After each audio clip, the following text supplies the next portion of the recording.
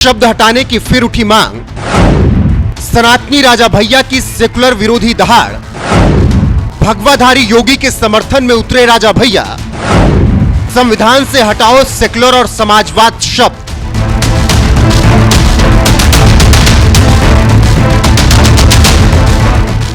दुनिया के सबसे बड़े लोकतांत्रिक देश हिंदुस्तान के संविधान की जब प्रस्तावना लिखी गई थी, उस प्रस्तावना में ना तो समाजवाद शब्द जोड़ा गया था और ना ही सेकुलर शब्द। ये दोनों ही शब्द उस वक्त संविधान की प्रस्तावना में जोड़े गए जब देश पर आपातकाल थोपा गया था।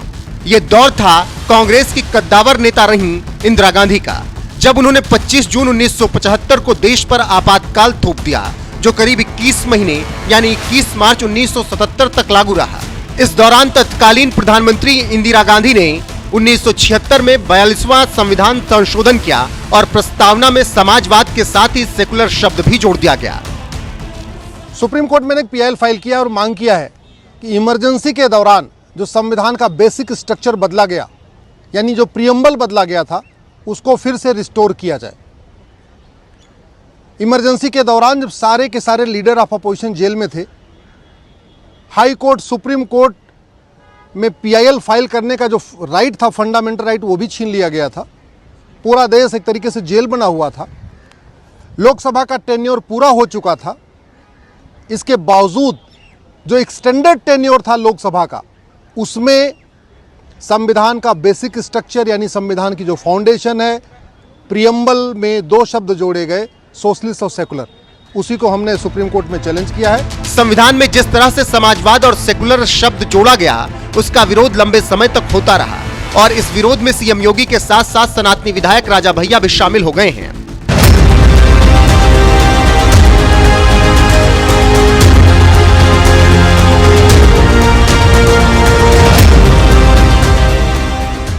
आपातकाल के दौरान संविधान की प्रस्तावना में जोड़े गए समाजवाद और सेकुलर शब्द का विरोध लंबे समय से होता रहा है और इस विरोध की आवाज में प्रतापगढ़ के कुंडा से विधायक रघुराज प्रताप सिंह राजा भैया ने भी सुर में सुर मिला दिया है।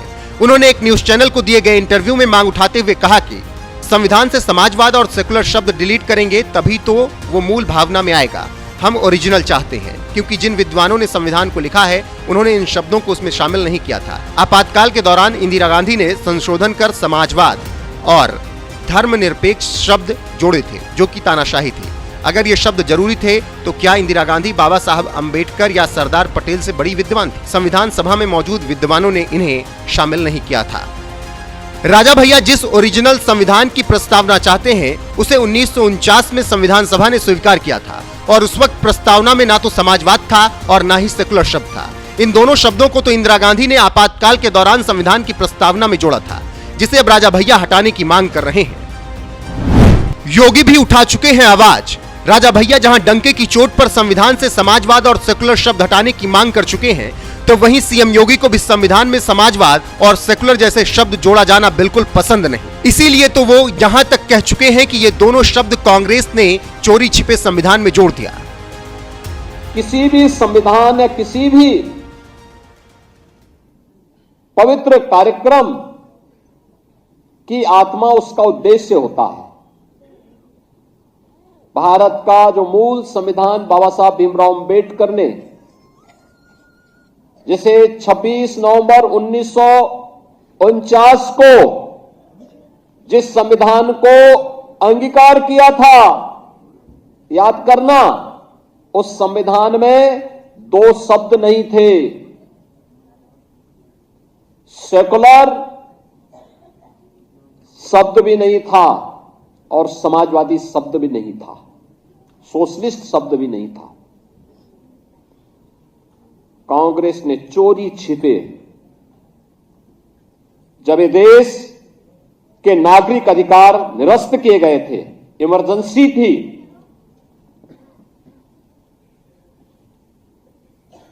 तब इन 2 शब्दों को भारत के संविधान में डाल करके भारत के संविधान की आत्मा के गले को घोंटने का काम कांग्रेस ने किया था, कांग्रेस ने किया था। और इसीलिए जो लोग देश की जनता को गुमराह करते हैं, उन लोगों को बताए जाने की आवश्यकता है कि देश के प्रति इनकी भाव क्या है। सीएम योगी का यह बयान बता रहा है कि संविधान में सेकुलर और समाजवाद शब्द जोड़े जाने के वो धुर विरोधी हैं। वो तो इससे 2 कदम आगे जाकर यहां तक कह चुके हैं कि भारत का राष्ट्रीय धर्म सनातन धर्म है। हमारा सनातन धर्म भारत का राष्ट्रीय धर्म है। हम सब अपने व्यक्तिगत स्वार्थों से ऊपर उठ करके अपने इस राष्ट्रीय धर्म के साथ जुड़ते हैं। हमारा देश सुरक्षित हो, हमारे मान बिंदुओं की पुनर्स्थापना हो, गौ ब्राह्मण की रक्षा हो, किसी कालखंड में अगर हमारे धर्मस्थलों को अपवित्र किया गया है, उनकी पुनर्स्थापना का एक अभियान चले। और इस अभियान का क्रम आज आप देख रहे होंगे। अयोध्या में 500 वर्षों के बाद प्रधानमंत्री मोदी जी के प्रयास से भगवान राम के भव्य मंदिर के निर्माण का कार्य आज पूरा होने जा रहा है। आप सभी श्रद्धालु जनों ने भगवान राम के भव्य मंदिर के निर्माण में अपना योगदान दिया। आज भारत की भावनाओं के अनुरूप भारत का राष्ट्रीय मंदिर भगवान राम के भव्य मंदिर के रूप में स्थापित हो रहा है। कांग्रेस ने संविधान में सेकुलर शब्द जोड़कर जिस हिंदुस्तान को धर्मनिरपेक्ष राष्ट्र बनाने की कोशिश की, सीएम योगी ने सनातन धर्म को इस हिंदुस्तान का राष्ट्रीय धर्म बता दिया। और ऐसा करने वाले वो शायद इकलौते नेता हैं, क्योंकि इससे पहले शायद ही किसी नेता ने हिंदुस्तान का राष्ट्रीय धर्म बताया होगा। लेकिन भगवाधारी योगी आदित्यनाथ ने तो डंके की चोट पर सनातन धर्म को देश का राष्ट्रीय धर्म बता दिया। इसी बात से समझ सकते हैं कि सीएम योगी संविधान में जोड़े गए सेकुलर और समाजवाद शब्द का किस तरीके से विरोध करते हैं। और अब तो राजा भैया जैसे विधायक भी संविधान से सेकुलर और समाजवाद शब्द हटाने की मांग कर रहे हैं, क्योंकि इन शब्दों को भीमराव अंबेडकर ने नहीं, इंदिरा गांधी ने संविधान में जोड़ा था। राजा भैया की इस मांग पर आपका क्या कुछ कहना है? अपनी राय कमेंट कर हमें जरूर बताएं। साथ ही राजा भैया ने विधानसभा में क्या कुछ कहा है वो भी सुन लीजिए। क्या हम कल्पना कर सकते हैं अगर वहां सेना और सैनिक बल ना हो तो जो श्रद्धालु हैं, जो दर्शनार्थी हैं, क्या वो दर्शन कर सकते हैं? उनके साथ आतंकवादी क्या व्यवहार करेंगे, और जो व्यवहार करेंगे क्या जाति पूछकर करेंगे? अभी हाल में पुलवामा हुआ है, आप सभी लोगों ने देखा है, हम सभी लोग इसके गवाह हैं। कलमा जानते हो, कलमा पढ़ो। कलमा नहीं पढ़ पाए, वस्त्र उतार करके, लिंग देख करके ये निर्धारित किया गया कि ये हिंदू है, और हिंदू देख करके मारा गया। वहां किसी ने जाति नहीं पूछी। किसी भी चीज का बंटवारा हो, चाहे वो घर का हो, संपत्ति का हो, व्यापार का हो, अगर आप बांटेंगे तो उसको कमजोर करेंगे। श्रीमान, भारत सबसे बड़ा विश्व का आबादी वाला देश है, सबसे बड़ा लोकतंत्र है, और इसका बहुत बड़ा श्रेय इसमें जाता है कि बहुसंख्यक हिंदू समाज यहां रहता है। जिन देशों में संविधान लागू है, विश्व के जिन देशों में संविधान लागू है, जहां राजतंत्र है, सुल्तान है बैठे या कोई तानाशाह है, उसकी हम बात नहीं कर रहे हैं। जिन देशों में संविधान लागू है, समय के साथ देश काल परिस्थिति के अनुसार संविधान में संशोधन होते रहते हैं। लेकिन जिन देशों में संविधान लागू है, क्या कहीं उसका प्रिएम्बल, क्या कहीं उसकी प्रस्तावना बदली गई है? विश्व में एक भी देश ऐसा नहीं है जहां प्रस्तावना ही उठा के बदल दी जाए। संविधान शिल्पी बाबा साहब अंबेडकर, संविधान सभा के अध्यक्ष बाबू राजेंद्र प्रसाद, पंडित जवाहरलाल नेहरू, सरदार पटेल, सरोजनी नायडू जी, कृपलानी जी, ऐसे ऐसे विद्वानों ने मिलकर के हमारे संविधान की रचना करी, और उसकी प्रस्तावना को ही 1976 में इमरजेंसी में, आपातकाल में, एक झटके में, जब देश में लोकतंत्र नहीं था, बदल दिया गया।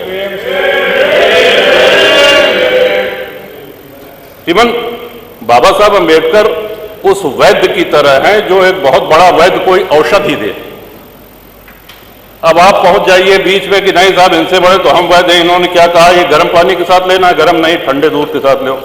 कहने इसमें क्या है, कहने इसमें अदरक मिला दो, इसमें क्या है, लहसुन प्याज मिला दो। तो जो वैद्य ने दवा दी है उसकी तो ऐसी तैसी हो गई। इतने बड़े, और 2047 में सबसे जरूरी है भारत की जनता को जागरूक करना। लोकतंत्र के साथ जब भी कुठाराघात होता है, जब भी उपहास होता है लोकतंत्र का, जनता को बोलना पड़ेगा, बोलना पड़ता है। नेता कितना भी मजबूत हो, राष्ट्र कितना भी मजबूत हो, लेकिन राष्ट्रवासी वो जागरूक हों, मुखर हों। और इसके पीछे शिक्षा प्रणाली एक बहुत बड़ा कारण है। मैकाले की शिक्षा प्रणाली ने हमको हीन भावना सिखा दी है। आज हमारे गुरुकुल बंद हो गए हैं। धीरे धीरे ये प्रयास हो रहा है कि हमारा गौरवशाली इतिहास आज हमारे बच्चों तक पहुंचे, और उसके लिए इंटरनेट जैसी कई सुविधाएं उपलब्ध हैं। श्रीमान, भारत में लगभग हर प्रमुख धर्म का व्यक्ति रहता है। हिंदू हैं, मुसलमान हैं, सिख हैं, ईसाई हैं, लेकिन किसी भी जैन हैं, किसी भी अन्य धर्मानुयायी के धर्म स्थल से पैसा नहीं लिया जाता है। कहीं आपने सुना है मस्जिद से पैसा ले रही है सरकार, चर्च से पैसा ले रही है सरकार? लेकिन 4 लाख के ऊपर हिंदू मंदिर ऐसे हैं जो सरकारी नियंत्रण में है, और सरकार चढ़ावे का पैसा उनसे लेती है।